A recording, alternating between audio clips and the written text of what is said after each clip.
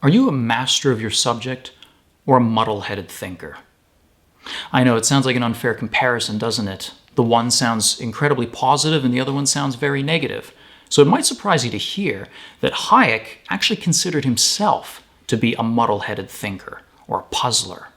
What does that even mean? What would Hayek say?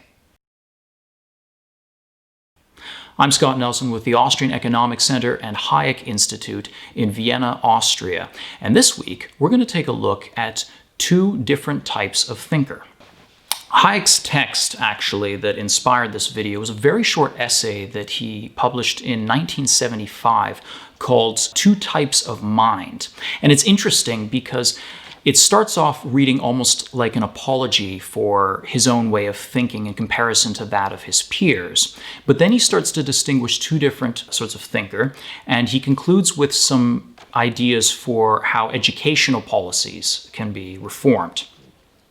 And one of the things that drew me to this text is that nowadays we love categorizing and discussing different personality types or types of thinkers. I mean, for example, do you consider yourself to be a logical thinker? Are you more analytical? Are you more creative or abstract, etc.? Similarly, you may have heard of the big five personality traits: openness, conscientiousness, extroversion, agreeableness, neuroticism, and how these theories are being used in other disciplines such as political science as a way of examining whether you tend more towards liberalism if you are more open and more towards conservatism if you are more conscientious. Or you may also have heard of the Myers Briggs test. I know of companies, for example, where managers will have their senior leadership team take the Myers Briggs test to get an idea of what their different personalities are, and as a way of identifying potential sources of conflict within the team, as well as how to get a team to work together more effectively. So it turns out that Hayek himself was not above these sorts of classifications from time to time, and he identifies two types of mind. The first one is called the master of his subject. So what does that mean? This is sort of seen as the ideal. He's thinking here of a scientist, the master scientist, who knows everything about his subject. He has a ready command of all of the theories in his field. He can call to mind immediately all of the important facts and arguments. And these people tend to be great teachers. They're great at explaining. They're great conversationalists. Their minds retain what they've read or heard, and often for a very long time. And they can often retain this knowledge or the logic of the argument in the particular words in which they had originally been expressed. So it sounds pretty ideal. Now, on the other side of the coin, Hayek identifies a type of mind which he calls the puzzler or the muddler, the muddle-headed thinker. It's the kind of thinker, we probably feel very close to this thinker most of the time. Where you know what you're talking about, but you can't quite put it in words. You ever find yourself saying, for example, like, I can't really explain it, but I know what it is, but I can't quite put it to words. And Hayek has a quote related to that.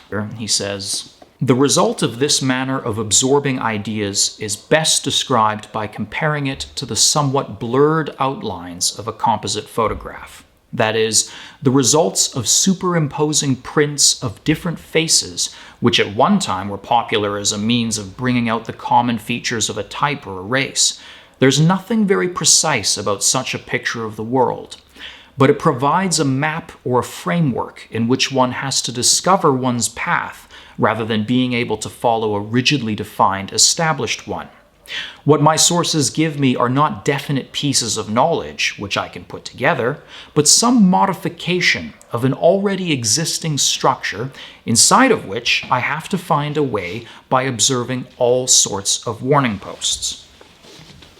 And Hayek goes on to say that the former type of mind, namely the master of his subject, tends to be particularly susceptible to intellectual fashions of their time, which is understandable because they try to understand and master all of the relevant knowledge. Whereas the latter, the puzzler, tends to be more stubborn, and perhaps they rarely take the trouble to carefully study views that don't fit into their scheme of thought.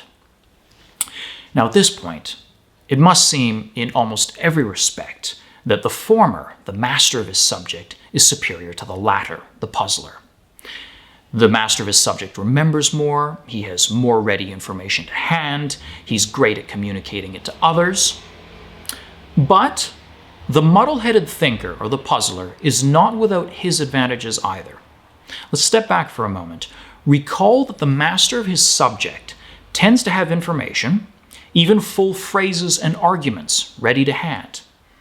He almost sounds like a broken record. He's able to repeat himself and these arguments so much in the exact same way in which he originally learned them, or in the exact same way in which he has repeated them before. And we perhaps have experienced that in our own lives as well. Perhaps we have these moments where you know the topic so well that you don't even need to think about it. And let me repeat that. You don't even need to think about it. That way of thinking has become so familiar to you that you might not even be thinking critically about it anymore. And if there are any problems with the premises or the logic of your argument, you might be uniquely unable to see them. So the puzzlers have this advantage then.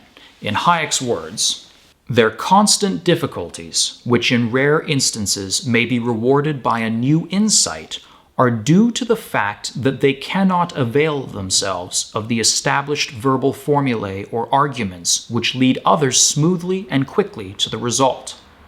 But being forced to find their own way of expressing an accepted idea, they sometimes discover that the conventional formula conceals gaps or unjustified tacit presuppositions. They will be forced explicitly to answer questions which had been long effectively evaded by a plausible but ambiguous turn of phrase of an implicit but illegitimate assumption. So in other words, one of the advantages the puzzler has over the master of his subject is that the puzzler is forced to think.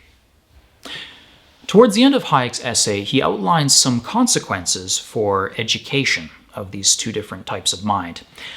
Hayek, back in the 1970s, was critical of the present admissions procedures to universities, namely that they're based on passing exams. His concern here is that there are many great scientists who were not great scientists at school, and they might not have passed such tests.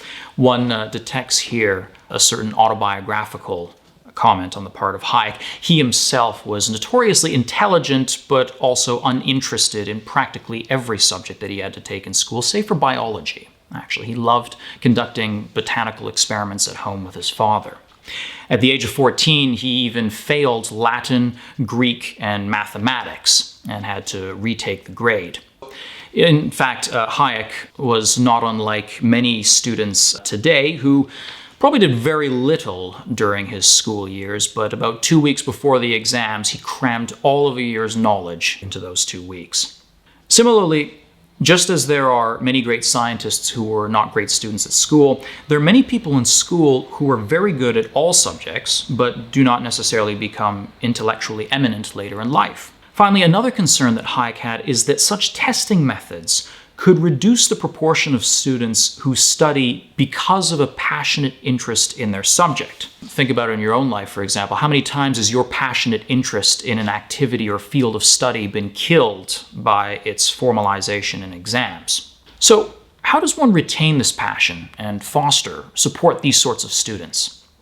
Well, to support those students with a passionate interest in a subject, Hayek, and this is going to sound a little bit extreme, but bear with me for a moment, Hayek envisions an austere life of semi-monastic character, where such students would be provided with essentials such as housing, food, and of course, ample credit for books and other study materials.